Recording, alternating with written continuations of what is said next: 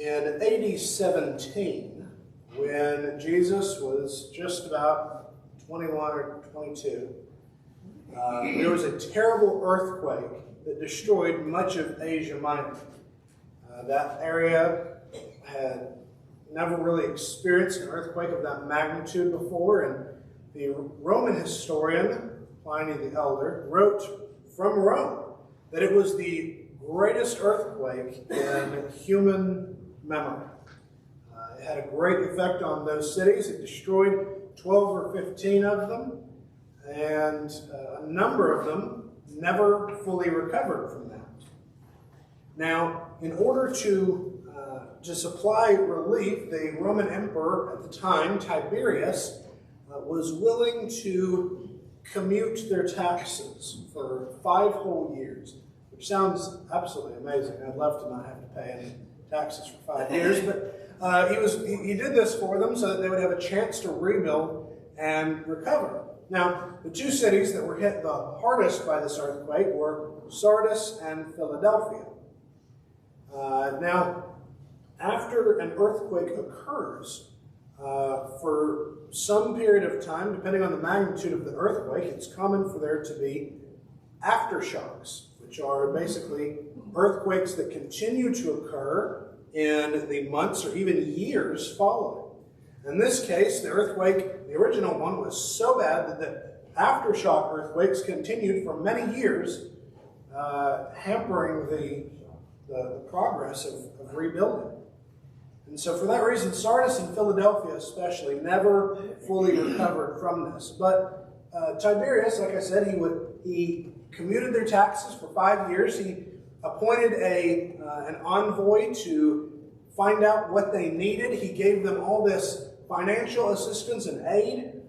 And his efforts were incredibly generous, especially for the Roman government, considering these were just provinces out in Asia Minor.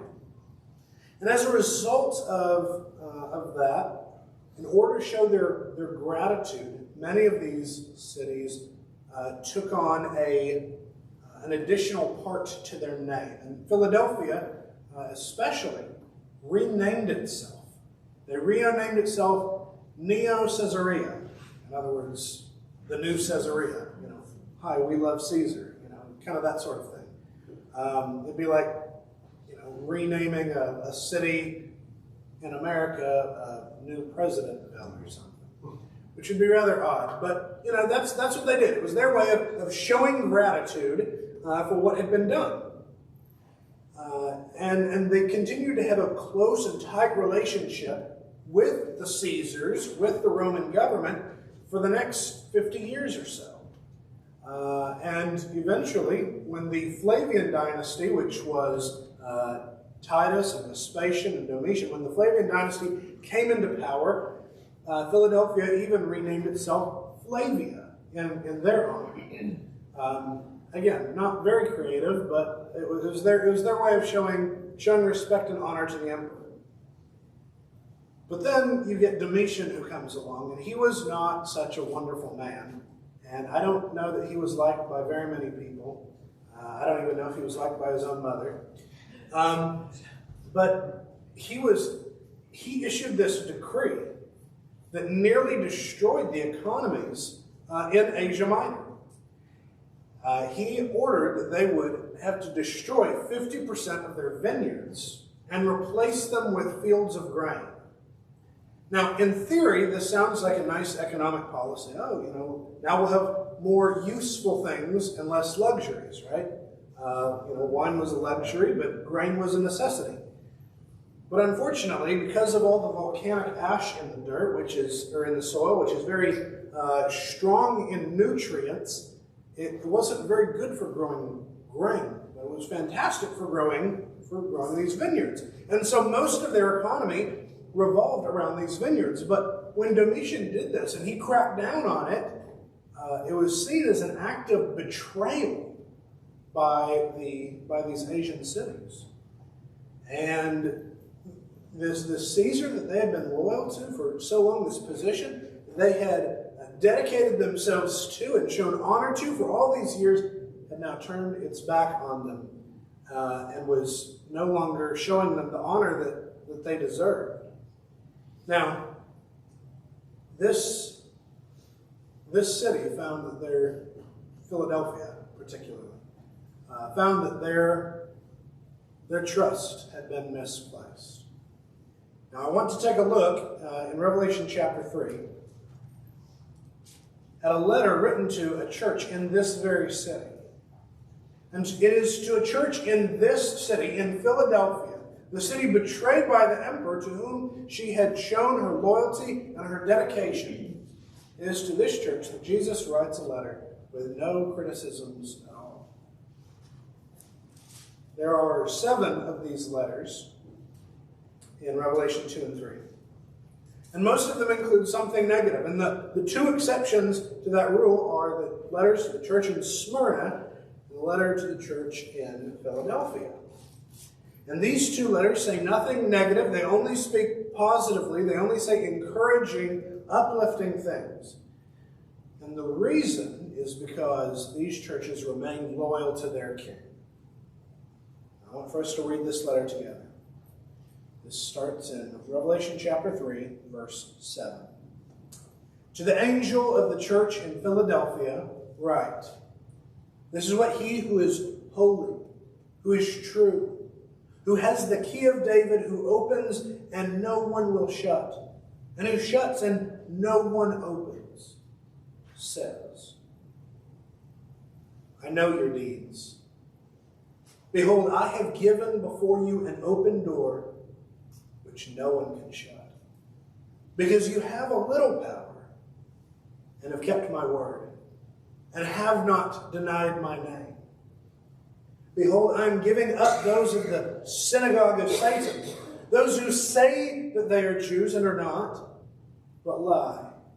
Behold, I will make them come and bow down before your feet and make them know that I have loved you.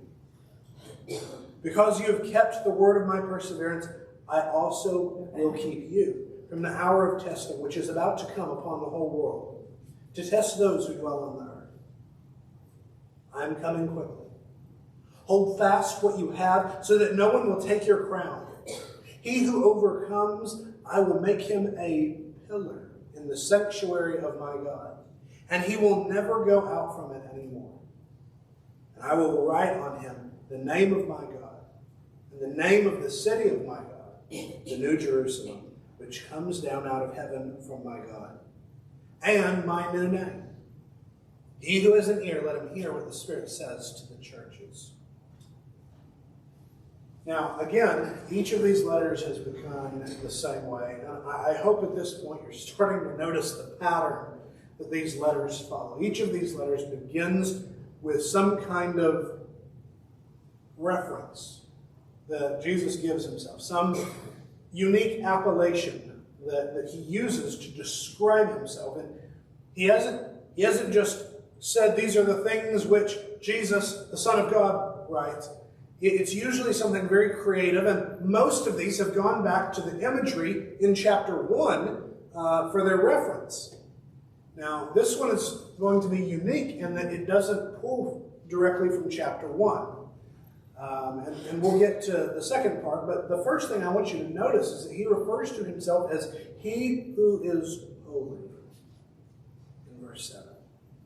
Now, that's a small thing, and it might not stand out all that much. That's not a very unique identifier for Jesus. I mean, he's described in lots of ways. Why would he describe himself as the one who is holy? He could have described it in any number of ways, but he chooses that one. And it doesn't mean much when you first read it, because we haven't read through, we haven't really gotten to the meat of the letter. But when you think about the fact that Jesus writes to these people, he writes to this church, and he has nothing negative to say. He doesn't have any criticisms of it. The fact that he looks at this church and he doesn't tell them a whole list of things that they need to fix like he does with many of these other congregations. It's not that they're perfect. It's not that none of their members have some issues. But as a congregation, they are right in Jesus' eyes. And when he looks at them and he can say that he knows their deeds, and when he can look at them and he is pleased with them, but he reminds them that he is holy, he's reminding them that they can only be a loyal church. They can only be right in his eyes if they themselves are holy. A church that is loyal to its king is holy. And when we do so, we honor his character. We honor who he is and his character. Now, holding up against Christ's standard of holiness is quite a marvelous and a remarkable thing. When Jesus tells us that we are to be holy as our Heavenly Father is holy, when he tells us that we are to be perfect as God is perfect, we should realize the magnitude of what that calling is and the kind of personal purity that requires us to have, not just as a group, but as individuals. He has his eye on us when we go in and when we go out, not only when we act together, but when we act as individuals. A loyal church is one that honors our King's holiness. Now, what they did is they took who Jesus was, and they made that who they were.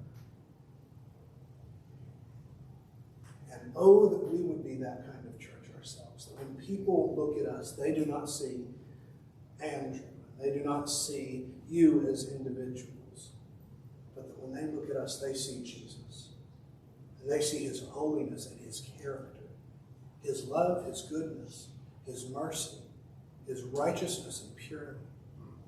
That people would see that when they look at us. Not just as a body of believers, but as the body parts, as the individual members. Let us be holy like our King. Now, as we move through this, he says the one who is holy. And then he says the one who is true, who has the key of David, who opens and no one will shut, and who shuts and no one opens. Now, I don't know if you have any friends like this. I have some friends who are like this. Who like to quote movies all the time. It's just part of the way they talk. Every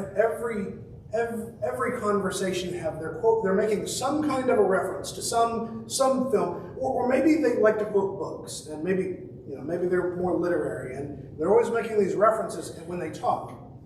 And it's always something really obscure, something that you don't have any clue what they're talking about.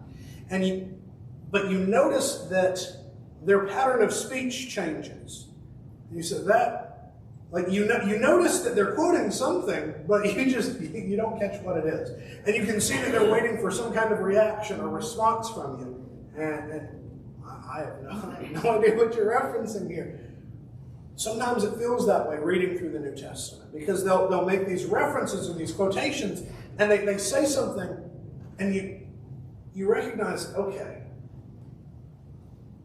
he's not just making a statement. That's some kind of a reference. I can tell it's some kind of a reference. He's talking about something, but I have no idea what he's talking about. There are sometimes when you're reading through this, and this is one of those. When he references this key of David, when do we ever hear about Jesus having a key of David? That's not one of the ways that we usually use to refer. We think of the beginning and the end, the Alpha and Omega. We think of Jesus when we talk about the Holy One of Israel. We think of Jesus as being the true Messiah, as being the Son of God. We use all those terms. I have never in my life referred to Christ as the one who holds the key of David in his hand, who opens and no one. I have never said that. And no one else seems to say that either. What is he referencing? Well, this is one of those obscure references, at least to us, because we're not as well read in Isaiah as some people might be. This is a reference all the way to Isaiah chapter 22. And it's while it is an obscure reference, I think it's important to know what the reference is in order to understand this part of the letter as well as the later part. So So if you want to look at Isaiah 22 with me real quick. Isaiah chapter 22. What's going on in this chapter is that Isaiah is prophesying about a regime change. The current leader of the Jewish people is a man named Shebna. He's referred to in other places as Shebna the scribe. That's Isaiah chapter 22, verse 15. Thus says the Lord God of hosts, come let us go to this steward, to Shebna, who is in charge of the royal household. So he's been put in charge over the kingdom, at least temporarily. But God basically says, I'm going to kick you out of your position. In verse 19, he says, I will push you out of your office, and I will pull you down from your station.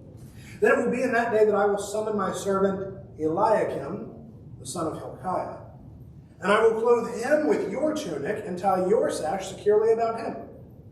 And I will give your authority into his hand. And he will become a father to the inhabitants of Jerusalem and to the house of Judah. Excuse me. Then I will set the key of the house of David on his shoulder. When he opens, no one will shut. When he shuts, no one will open. I will drive him like a peg in a firm place, and he will become a throne of glory to his father's house. So you have this prophecy here, this really obscure prophecy about Eliakim. This is not, at least directly, it's not a prophecy about Jesus. This is a prophecy about a man named Eliakim. And God is saying that he's going to put Eliakim in this position of authority, this position of power. He's going to do it directly. He's going to take Shebna out of the way, and he's going to put Eliakim in his stead. Eliakim is a priest. Hilkiah, his father, was one of the high priests. And he's going to be in this position. It's not quite king, but he is going to be established as basically the ruler over Jerusalem, over the people during this time.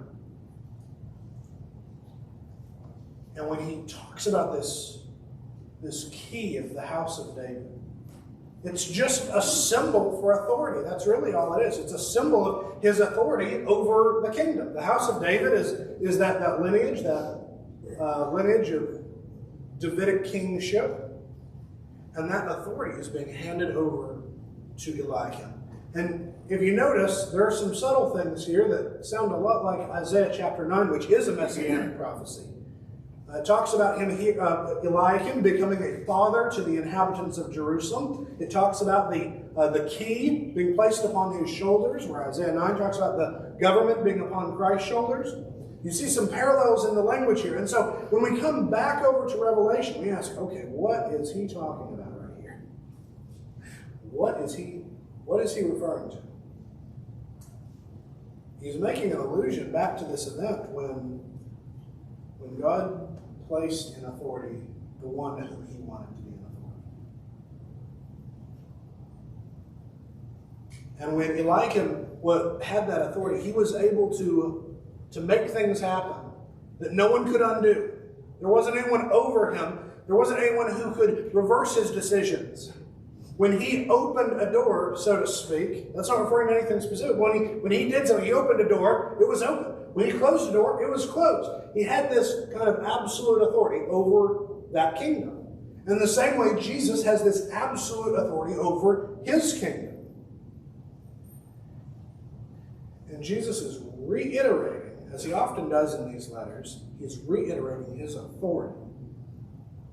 Not just over this church in Philadelphia, but over all of his kingdom. The authority he has to make decisions that no one is going to reverse, that no one is going to undo. This church has a king who rules over her. His authority is directly from God. A loyal church is one that honors that authority, that recognizes it and submits to it because they recognize what that means. They recognize the source of that. Now, we finally get into Jesus' comments to him. He says, I know your deeds. Usually when he says, I know your deeds, it's followed up with, and here's what I have against you. But he just says, I know your deeds. Behold, I have given before you an open door. Well, he's already talked about having the key that opens doors, right? I've given before you an open door which no one can shut, because you have a little power and have kept my word and have not denied my name. So, as we said, Jesus, he observes every church. He knows what they do. He knows what we do here. He has observed our works. He hasn't written us a letter directly, but Jesus has observed the works of this church. And he tells the Philadelphians that he has given them some kind of opportunity. I don't know what this is. Maybe it's some kind of evangelistic opportunity. He's given them some kind of opportunity, and he's done that because he knows that they're going to take it. What makes this church loyal, what makes that stand out, is that they're proud of their king. They aren't ashamed. Instead, when they receive this opportunity from him, they jump at the opportunity to take advantage of that. They seize upon it with eagerness. He says that they have a little power. They were probably a small congregation. I don't know if they were as small as we are, or even smaller perhaps. They were a small congregation. They had a little power. What did they choose to do with that? They weren't warded off by fear of what they couldn't accomplish. Instead, they seized the opportunity to make a difference in service to their king, even if it was small, because they recognized what Christ had done with them. Just like the city of Philadelphia had become intensely loyal and grateful to Caesar for the blessings he had given them, the church that is loyal to her Lord looks at what he has done with gratitude and appreciation and is willing to put forth hard work.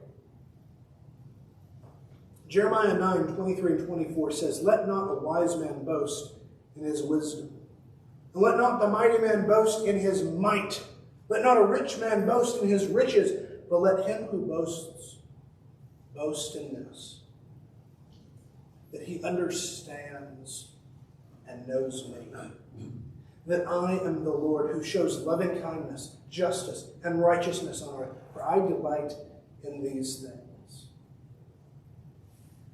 Why was it that they worked hard, even though they were small? They worked hard because they were proud of their king. They loved him. They were not ashamed of him. And this is the kind of people that we need to be as the Lord's church, not brash and brazen, but still bold and unafraid. We're not embarrassed to be associated with the people whom we love. We're not embarrassed to be associated with our family and our friends. We should not be embarrassed to be associated with Christ. Instead, we should look at that as a badge of honor. A faithful and a loyal church is not one that makes excuses, but one that works hard even with what they have. And this brings to my mind Matthew chapter 25, which is includes the parable of the talents.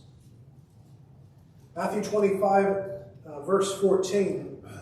"For it," the kingdom of God, "is like a man about to go on a journey, who called his own slaves and handed over his possessions to them.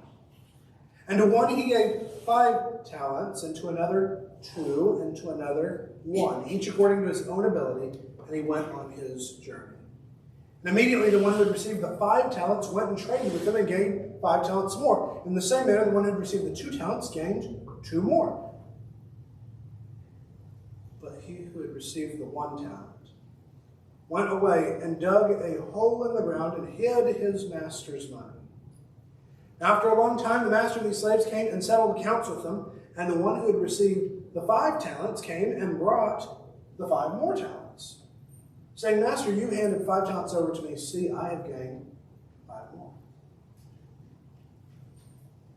And his master said to him, 'Well done, good and faithful slave. You were faithful with a few things. I will put you in charge of many things. Enter into the joy of your master.' Also, the one who had received the 2 talents came and said, Master, you handed 2 talents over to me. See, I have gained 2 more.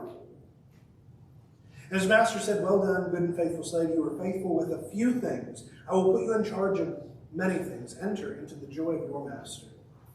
And also the one who had received the 1 talent came up and said, Master, I knew you to be a hard man, reaping where you did not sow and gathering where you scattered no seed. I was afraid. And went away and hid your talent in the ground. See, you have what is yours. But his master answered and said to him, You wicked and lazy slave, you knew that I reap where I did not sow and gather where I scattered no seed. Therefore, you ought to have put my money into the bank. And on my arrival, I would have received my money back with interest. Therefore, take away the talent from him and give it to the one who has the 10 talents. For to everyone who has, more shall be given, and he will have an abundance. But from the one who does not have, even what he does have shall be taken away. What's the moral of this story? What is Jesus trying to get across to his disciples with this parable? He's teaching them that in the course of time, Jesus gives responsibility to his disciples. Some kind of opportunity, some kind of responsibility. And it may not seem like much at first, but when he gives that to them, he expects for them, should I say us? He expects when he gives that to us, that we will take it and use that opportunity, that we will do something with it. We will take it and we'll run with it. But instead what he sees is only some of his disciples are willing to do that, while others make excuses. And they're not willing to put in the work. They're not willing to make decisions. They're not willing to invest anything in it because, well, it's really not that much anyway. But Jesus says to him who has been faithful with a little, much will be given. The church in Philadelphia was faithful with a little. They'd been given a little responsibility. They had a little power. And yet they worked hard and they were faithful and loyal with that. And as a result, they are given promises at the end of this letter for their service and their perseverance. A loyal church is not ashamed of her Lord. It's not ashamed of her King, but instead works hard with what she has been given. A loyal church never betrays her King. Verses 9 and 10. He says, Behold, I'm giving up those of the synagogue of Satan, who say that they are Jews and are not, but lie. Behold, I will make them come and bow down before your feet and make them know that I have loved you. And then verse 10, he starts and he says, Because you have kept the word of my perseverance. In verse 11, he says to them that they must hold fast what they have so that no one will take their crown. This was a church that remained faithful despite the persecution that was going on, that despite the people around them being naysayers all the time, they never wavered in their faith. They never gave that up. They never betrayed their king, because that's what loyalty and faithfulness mean at their core. An unwillingness to betray your king. It didn't matter what people said. It didn't matter that things got hard. They were committed. They had their minds made up. They were not going to turn back. They had their minds made up that they were going to be faithful no matter what came. And as a result, they will be vindicated. In verse 9, he says, I will make them come and bow down before your feet and make them know that I have loved you. Just like them, we face daily ridicule. We are mocked and we are made fun of for our beliefs. We're told that what we believe is foolish and outdated. We are told that we're living in a backwards reality, that we don't have a grip on what life is really like. We're told that what we believe in are fairy tales. We hear these things. We know people who say them. We hear it on television, we see it on social media. People say these things about us. And the Jews looked at the Christians with ridicule, that they would really believe in this man, that they really thought he came back from the dead. You believe that nonsense? You really believe that old story? Yes. Yes, they did. They did believe that. Because it wasn't just a story, it was the truth. And they were committed to believing in it. While those accusations fill our ears, we know that in the final day we will be vindicated. Christ will make everyone to know that he is Lord. Philippians chapter 2, verses 9 through 11. Therefore God also highly exalted him and bestowed on him the name which is above every name, so at the name of Jesus every knee will bow, of those who are in heaven, on earth, and under the earth, that every tongue will confess that Jesus Christ is Lord, to the glory of God the Father. On the final day, there will be those people who in this life have denied Christ, who have ridiculed his disciples, who have treated us with despite and disdain.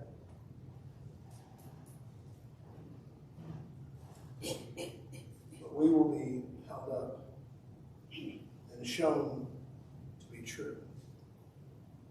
And just like he promises to the Philadelphian church, we will not stand alone on that day, but we will stand with Christ. Furthermore, the king protects his soldiers. In verse 10 he says, because you have kept the word of my perseverance, I will also keep you from the hour of testing, which is about to come upon the whole world to test those who dwell on the earth. Now, obviously, this is not a universal promise.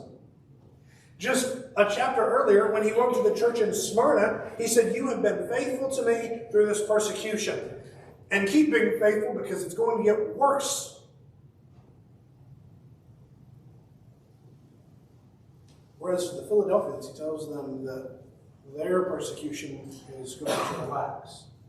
Is that because he loves the church in Philadelphia more than he loves the church in Smyrna? Of course not. But I wonder if we think about, I suspect that we're shielded from a lot more persecution than we realize. Because there are people who go through a lot worse than we do. And the fact that we only endure what we do, and that most of what we endure is verbal, means we're being protected.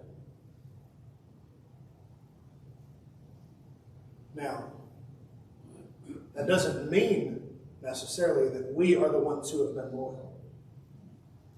We might be enjoying the protection that came from others who were loyal to Christ. But if we want him to watch over us at all, then we have to be loyal to him. And then verse 12. I really love verse 12. He says, he who overcomes, I will make him a pillar in the sanctuary of my God, and he will never go out from it anymore. And I will write on him the name of my God, and the name of the city of my God, the new Jerusalem, which comes down out of heaven from my God, and my name. All of these things that this church committed themselves to in order to be loyal to Christ, all of these behaviors and attitudes that they stood their ground in, all of those things, Jesus says, are going to be preserved eternally.